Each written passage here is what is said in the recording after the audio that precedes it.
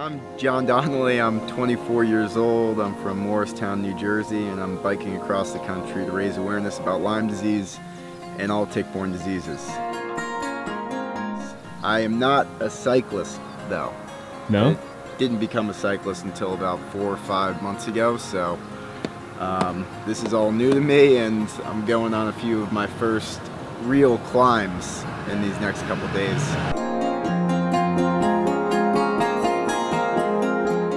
And today we've been at Stanford University Hospital, and it's been a really great experience. We've got together with the Bay Area Lyme Disease Foundation and got together with some of the scientists who are doing research into these diseases.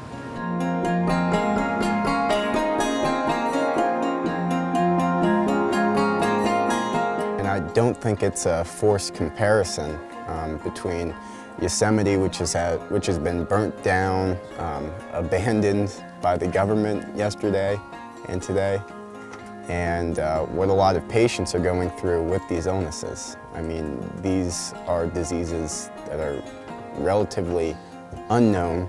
A lot of patients suffer with these quietly, and there's no support system for them.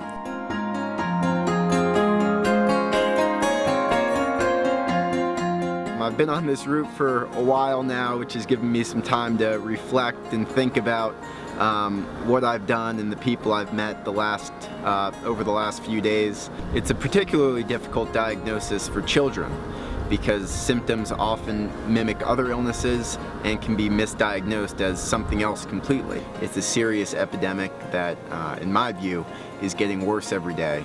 And it's a problem that I think can be fixed with increased awareness and physician knowledge and just broadening the scope of what these diseases mean and what Lyme disease symptoms are.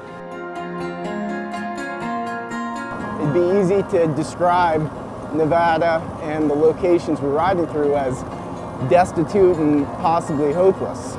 Off to the side of what might be the loneliest road in America, we've found a Lyme disease community.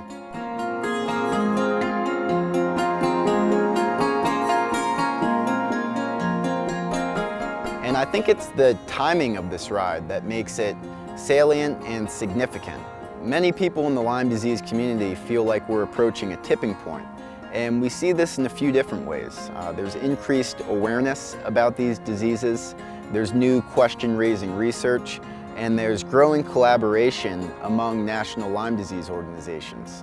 But I don't know that there's a better indication of this tipping point than the number that the CDC came out with in mid-August. After years of reporting that there were 30,000 cases of Lyme disease a year, they increased this number tenfold to 300,000.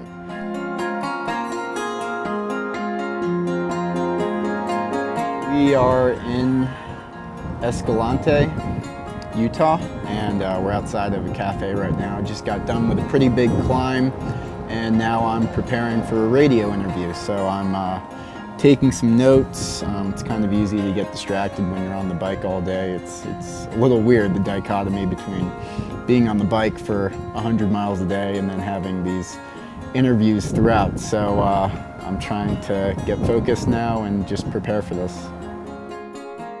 The interview's with Kim Makris. She's the author of Out of the Woods and a tremendous advocate for Lyme disease patients. So this is an interview that we're going to do every week, and she's going to kind of check in and hear about what I'm up to.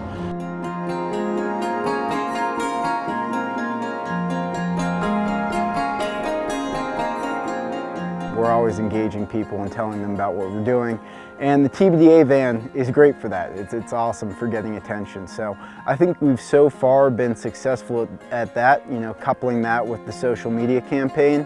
And our second, probably biggest goal for this campaign is generating funding for new research, specifically research targeted at finding a new 100% accurate diagnostic test.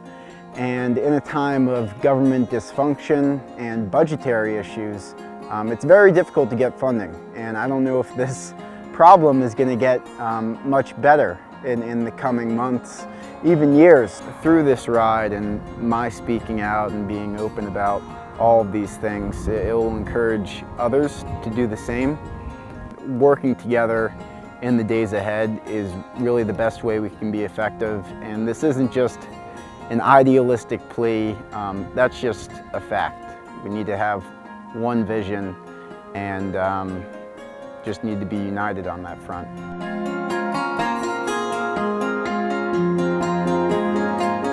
I think the scariest part is the lack of information out in the medical community, by far. You know, I don't think doctors are trying to be bad doctors. I think it's a fact that they're not educated about Lyme disease when they go through medical school.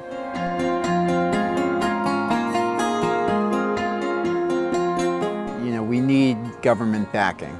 So far there has been insufficient support from the federal government. And I'm very excited that Senator Gillibrand and Congressman Gibson held a press conference in New York last week to push for legislation to combat Lyme disease. And I know that TBDA's Executive Director, Jody Nass, was at that press conference, which is really encouraging.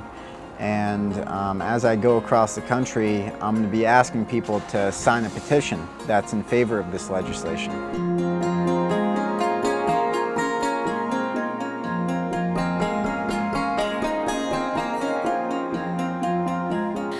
I don't think my family knew how sick I was. I didn't know how sick I was. And then as it's gone on, I think we found a new normal. I finally put on all the weight I lost from Lyme disease. Do you think you would have been able to do this like 5 months ago? No, I was laying in bed watching The Real Housewives, so no, this was not part of my everyday activity.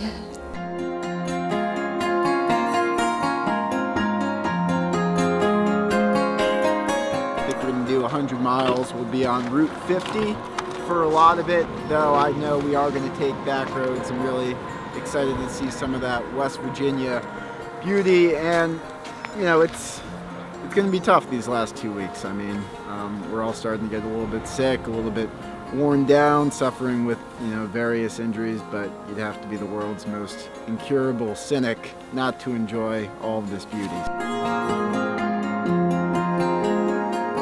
This disease, if you can learn and grow from it, can actually empower you, maybe even set you apart. So it's kind of like my relationship with the wind and how that's evolved.